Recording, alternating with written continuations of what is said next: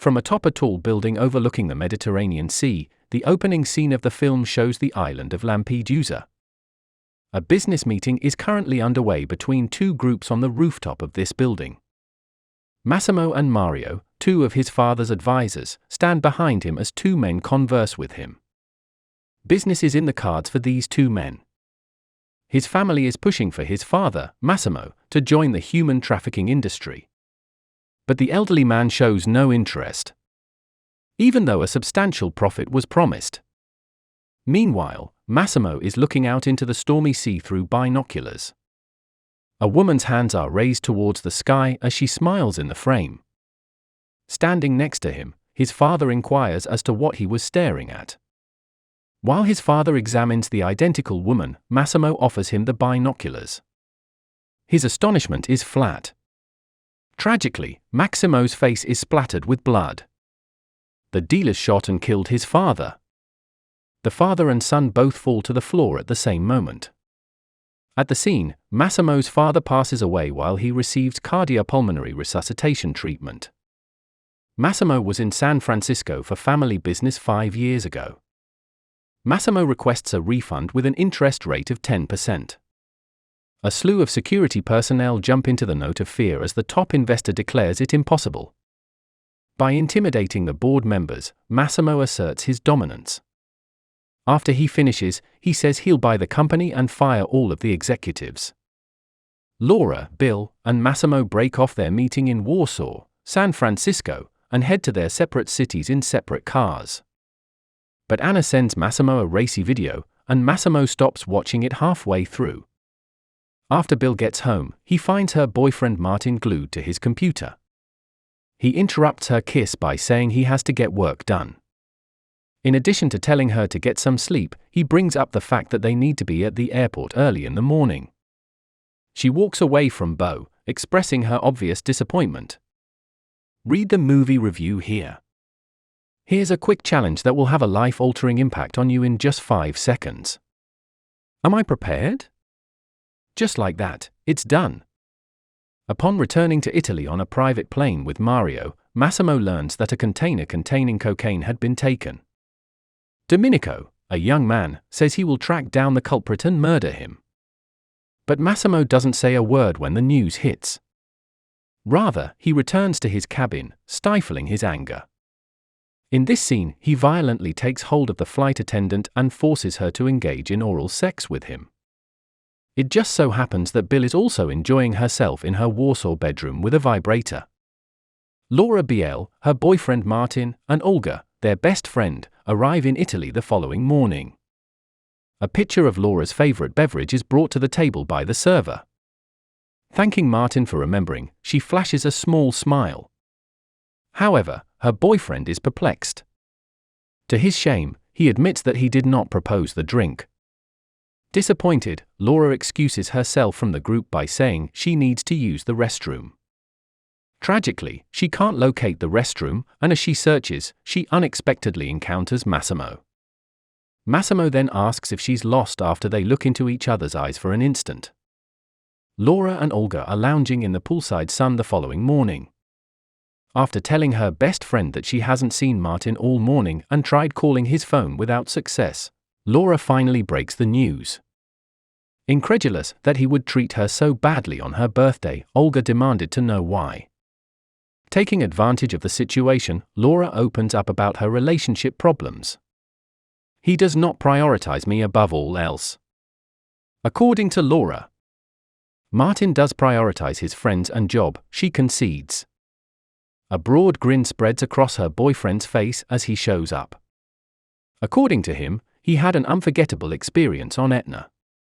Laura gets furious and reminds him that they were going to this place together. Since she has a fragile heart, Martin tells her not to get angry. After a short argument, Laura shoves her boyfriend into the water to end the argument. She finds herself in an unfamiliar room the following morning, with the doors locked. The doors are opened later that night, and she is finally let out of the room. Surprisingly, there was a painting of herself on display. But just as she's about to take it all in, Massimo reappears from behind her. She faints before she can make sense of what's happening, but she recognizes him as the man from the restaurant. Upon regaining consciousness, she immediately confronts her captor, demanding to know why they are in this peculiar building together. Massimo makes her sit down and then starts telling her stories about their encounter at the airport, his near-death experience, and the 5-year-old death of his father. He explains to her that he saw her every day until his heart returned to life after he had a vision of her when his heart stopped beating.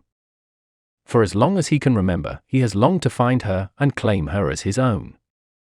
Last but not least, he assures her that he would seek her consent before making out with her. Laura, though, is unimpressed by his tale. She informs him that he can simply abduct her and assume her loyalty without delay. She wants to return to her boyfriend and wants out of the house. Near and dear ones. Massimo turns her down and instead gives her a stack of photos that show Martin was unfaithful.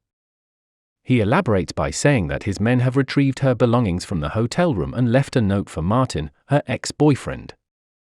She tells Martin in the letter that she's leaving his house and returning to Poland, effectively ending their relationship. This time, Laura is not swayed.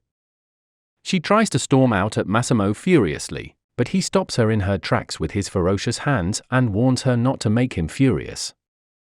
He proposes a deal. If she doesn't feel anything by her next birthday, she still has a whole year to develop romantic feelings for him. Massimo assures her that he will free her. Laura takes out a firearm and points it at her kidnapper. Massimo seizes the gun and pins the victim against the wall in the blink of an eye. The entrance of Mario and Domenico interrupts this process, and the advisor informs Massimo that a delivery has been made. With the release of Laura's hand, Massimo tells Domenico to return her to the room. Mario tells Massimo outside that the family business will be destroyed by the ensuing feud with the Gattusos. Massimo instead advises him to call a meeting of all involved. Massimo finds himself in an underground prison just a few seconds later, having a conversation with a man who is bound to a rock. This man's name is Alfredo, and right before the scene ends, he is being punished for selling children to a brothel. Massimo swears an oath to his inmate. He tells Alfredo that as a punishment for his crime, his existence would be erased from the earth. Laura tries to get out of the villa as Massimo takes care of some pressing family business.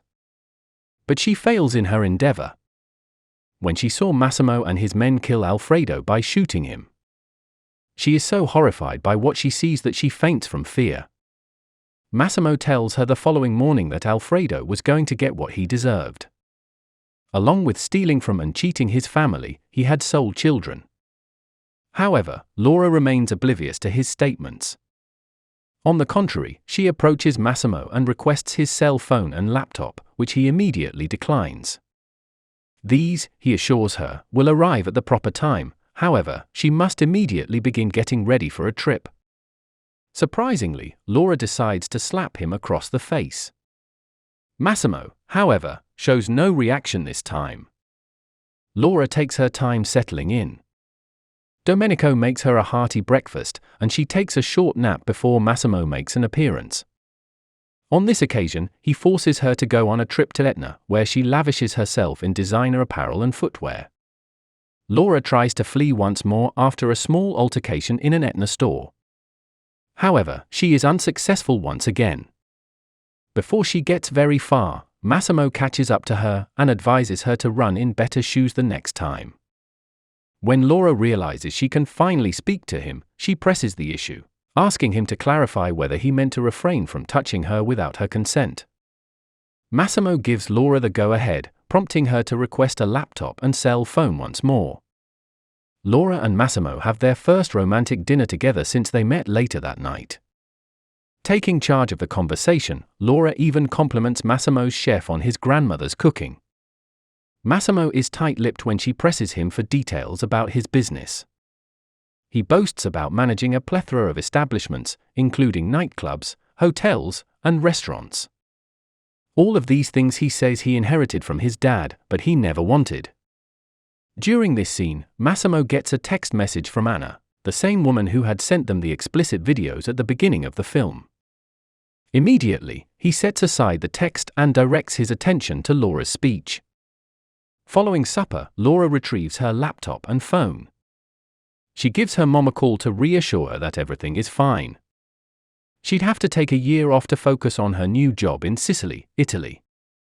When Laura gets up the following morning, she finds Massimo standing by her side. Massimo quickly follows suit after she dashes to the restroom to get in the tub. She irritates him by teasing him in the restroom while she's nude. In order to go to Rome, Laura is compelled to take Massimo's private plane. Similar to her previous departure, Laura returns to his Rome hotel room to taunt him. The second he's going to kiss her passionately. Yet on this occasion, he moved her to his bed. In spite of this, Massimo still won't make out with her. On the other hand, he might tell her that they need to be at one of his clubs, so she should get dressed. After Massimo gets enraged by Laura's provocative dress choice, she takes it a notch higher by dancing with a man from a rival mafia family. Later on, this man tries to exert his will on her, but his appearance, Massimo, stops him in his tracks by threatening the rival family with weapons and telling them to leave his club. Mario and Massimo are still arguing when Laura awakens on the yacht the following morning. Clearly incensed, Mario confronted Massimo about shooting the man whose hand Laura had flirted with. The only way to end the tension between two powerful families, he explains, was to return to Anna and eliminate Laura, so he did just that. Laura shows up to express her regret for what she did, but Massimo ignores her. He accuses her of being responsible for his behavior and lashes out at her for her whorish attire at his club. Laura ends up in the water after an argument between the two of them. Massimo panics and dives into the water to rescue her. Massimo is there to greet Laura when she comes to later that day, much to her surprise. He expresses his desire to hold on to her after she expresses her gratitude to him for rescuing her life. After an intense lovemaking session, Laura seduces him once more, and they finally make love. Massimo and Laura accompany Anna to her first formal appearance at a ball. She tells Massimo in Italian that she plans to murder Laura once Anna departs and introduces herself to Laura as Massimo's first and true love. Soon as he tells her, Laura will want to know what she said in Italian. After asking to depart, Laura turns her back on him. The hotel is the site of Massimo and Laura's new passionate encounter. Nevertheless, Massimo informs Laura that he is sending her back to Warsaw to see her family the moment they finish. Plus, he says he'll be right there with her when the time comes. He finally tells her he loves her right before he walks out. As they drive to the airport, Domenico tells Laura that Anna won't be an issue. But Domenico stops the car and jumps out of there because he gets a phone call. Wait in Warsaw, he tells a bewildered Laura before he departs. Upon her arrival in Warsaw, Laura is reunited with her best friend Olga. Claiming to have thought Laura was abducted, Olga is understandably enraged. After coming to terms with the fact that she was abducted, Laura reveals that she has developed feelings for her kidnapper. The fact that Massimo's family keeps Laura in the dark irritates Laura.